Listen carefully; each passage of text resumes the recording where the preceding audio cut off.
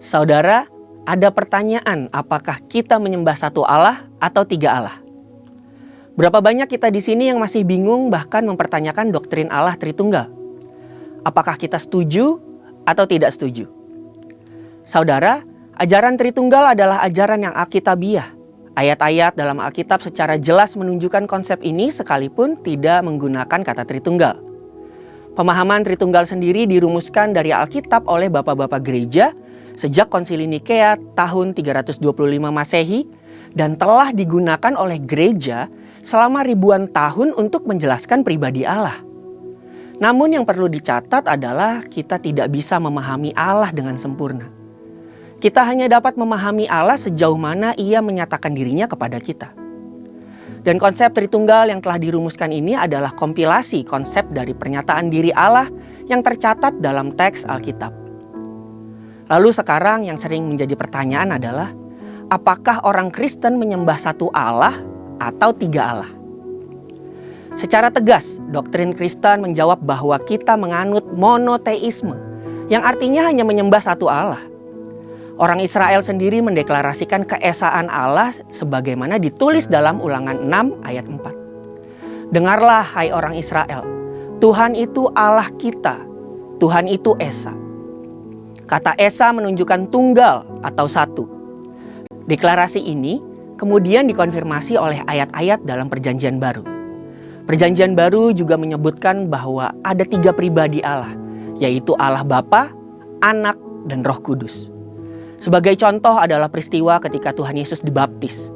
Dalam peristiwa tersebut terlihat ada peran yang jelas, yaitu Yesus sebagai Allah Anak yang dibaptis, Allah Bapa berbicara dari surga, dan Allah Roh Kudus seperti burung merpati turun ke atas Yesus. Tentu pemahaman kekristenan ini adalah suatu pemahaman yang unik dan mungkin tidak mudah dicerna. Maka pemahaman Tritunggal menjadi jawaban dari permasalahan ini. Kita menyembah satu Allah, yaitu Bapa, Anak, dan Roh Kudus. Ketiganya yang Esa.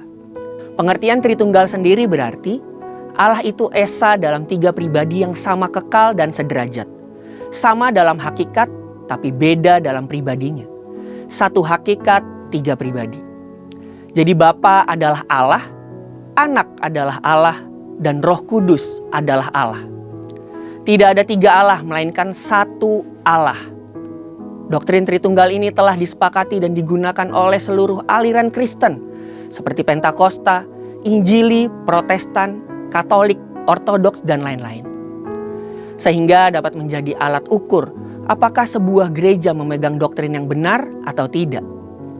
Adapun dalam sejarah, pernah ada beberapa pemahaman yang salah terkait doktrin Tritunggal. Karena itu, waspadalah terhadap pemahaman yang salah ini. GBI sendiri lewat pengakuan iman dan pengajaran dasar secara jelas menganut pemahaman Tritunggal, yaitu satu hakikat, tiga pribadi.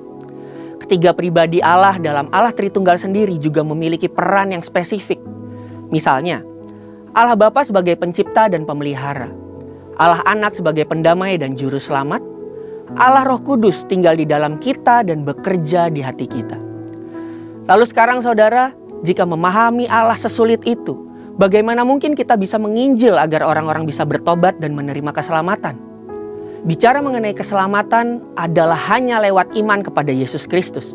Setelah seseorang percaya, bertobat, dan menerima Tuhan Yesus, barulah perjalanan mengenal dan memahami Allah Tritunggal dimulai.